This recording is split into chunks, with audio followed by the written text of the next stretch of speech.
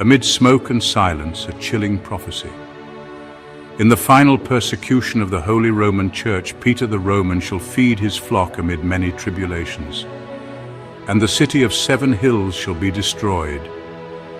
These words weren't written yesterday. They're nearly 1,000 years old, scribed by a dying Irish archbishop named Malachy, who claimed to glimpse the future of the Catholic Church in a vision so terrifying he dared not share it in his lifetime. He saw every pope from his time until the end, and according to the prophecy, we are at the last. The list ends with one final shepherd, no name, only a cryptic title, Peter the Roman, a figure who leads the Church during its greatest trial before judgment comes. For centuries, this so-called prophecy of the popes was dismissed, hidden or forgotten, but now, after the death of Pope Francis, a new pontiff rises, unexpected, quiet. Could he be the one?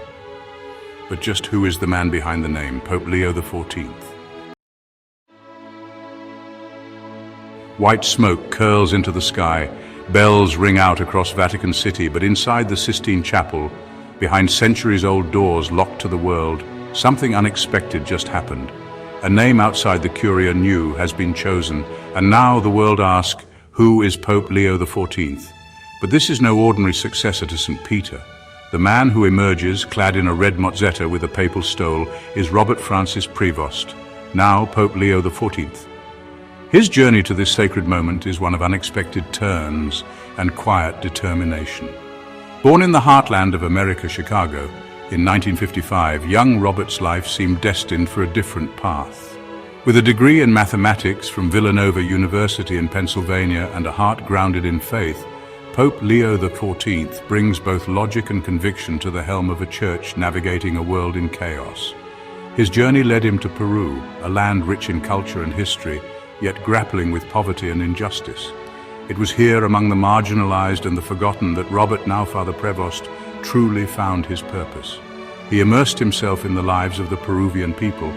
He learned their language, not just Spanish, but also the indigenous Quechua, a testament to his deep respect for their culture. Peru became Father Prevost's crucible, shaping his theological views and igniting within him a passion for social justice. He witnessed firsthand the struggles of the poor and the marginalized. He saw the devastating effects of poverty and inequality. These experiences would forever leave an indelible mark on his soul. His work in Peru was not confined to the walls of the church.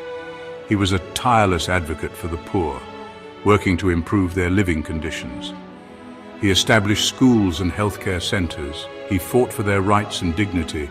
His commitment to social justice was not merely theoretical, it was deeply personal and rooted in his lived experiences. In time, his unwavering dedication and sharp intellect did not go unnoticed.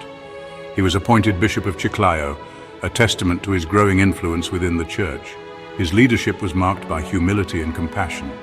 He was known for his ability to listen, to understand, and to build bridges between people of different backgrounds and beliefs. His reputation as a skilled administrator and a man of deep faith eventually led him back to Rome. He was appointed as the prefect of the dicastery for bishops, a crucial office responsible for the selection of bishops worldwide. This role provided him with a unique perspective on the challenges and opportunities facing the global church. He gained a reputation as a consensus builder, a man who could navigate complex theological and political landscapes with wisdom and grace. His elevation to cardinal was not just a recognition of his theological expertise and leadership in the church, but also a sign of his growing influence within the Vatican circles. The death of Pope Francis in the spring of 2025 plunged the Catholic world into mourning. It also triggered the ancient rituals of the Papal conclave, a gathering shrouded in secrecy and tradition, where the College of Cardinals convenes to elect a new successor to St. Peter. Cardinal Prevost entered the conclave as a relative outsider. He was not considered a front-runner, yet within the confines of the Sistine Chapel, something remarkable happened. His quiet wisdom, his reputation for holiness, and his deep understanding of the global church resonated with his fellow cardinals. The conclave of 2025 was unlike any other. The world had changed. The Church was facing unprecedented challenges: the rise of secularism, the sexual abuse crisis, the growing divide between rich and poor. The cardinals sought a leader who could navigate these turbulent waters.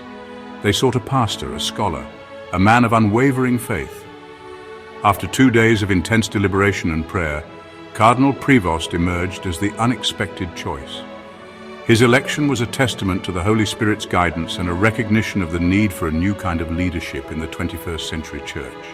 He was a man who could bridge divides, who could speak to both the head and the heart, and who could guide the Church with wisdom and compassion. The scholarly pontiff, a different kind of papal leadership. The election of Pope Leo XIV signaled a departure from the charismatic and informal style of Pope Francis. While sharing his predecessor's deep commitment to social justice and a church of the poor, Leo XIV brought a different sensibility to the papacy. He was a scholar at heart, more reserved and introspective than his predecessor. His pronouncements were carefully considered, his speeches infused with theological depth. He preferred the traditional papal garments, a return to the formality of an earlier era. His demeanor was quiet, almost professorial, yet his words carried a quiet authority. This shift in style did not signify a change in substance. Pope Leo XIV remained deeply committed to the reforms initiated by Pope Francis.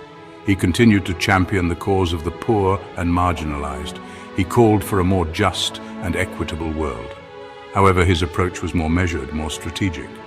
He believed in the power of dialogue and diplomacy. He sought to build bridges with different cultures and religions. He was a man of both faith and reason, convinced that the Church could be a powerful force for good in the world. A shepherd's heart, Pope Leo XIV's vision for a modern church. From his very first pronouncements as Pope, Leo XIV articulated a clear vision for the church. He spoke of a listening church, a church that was attentive to the needs and concerns of all people, especially those on the margins of society. He called for a church that was both faithful to its traditions and open to the signs of the times. He was particularly vocal on issues of social justice. He condemned the growing gap between rich and poor, calling for economic systems that work for everyone. He challenged nations to welcome the stranger and care for the environment. He spoke out against the evils of racism, sexism, and all forms of discrimination. His message resonated with many, especially young people who were yearning for a church that was relevant to their lives. They saw in him a leader who understood the challenges of the modern world and who was not afraid to speak truth to power. He challenged them to be agents of change, to build a more just and compassionate world. He also addressed the issue of technology, recognizing both its potential and its perils. He called for the ethical development and use of artificial intelligence, emphasizing the need to protect human dignity in an increasingly digital world. He urged the faithful to use technology responsibly, to build bridges of understanding and promote peace. So is Pope Leo XIV the prophesied last pope? According to the prophecy of Saint Malachy, the line of pope ends not with fanfare but with fire, not with triumph but with trial. One last leader, Peter the Roman, tasked with feeding the faithful amid persecution, only to witness the fall of the eternal city. Pope Leo XIV does not bear the name, not on paper, but prophecy often speaks in symbols, not signatures. His name, Leo, evokes the lion, a creature of courage, but also of judgment. His legacy is only just beginning, but the shadow of Malachy's list now walks beside him. The prophecy of Malachy remains what it has always been, an enigma wrapped in centuries of belief, skepticism, and whispered warnings. Scholars debate its origin, theologians question its accuracy, and the Church itself has never formally embraced it. Whether Pope Leo XIV truly fulfills the final line in Malachy's list, or simply represents the fragile hope of deep uncertainties haunting this generation, one truth remains. Prophecy does not declare fate, it awakens vigilance. And if Pope Leo XIV is the last on the list, perhaps he is not the end but the shepherd chosen to lead the Church through its greatest transformation yet.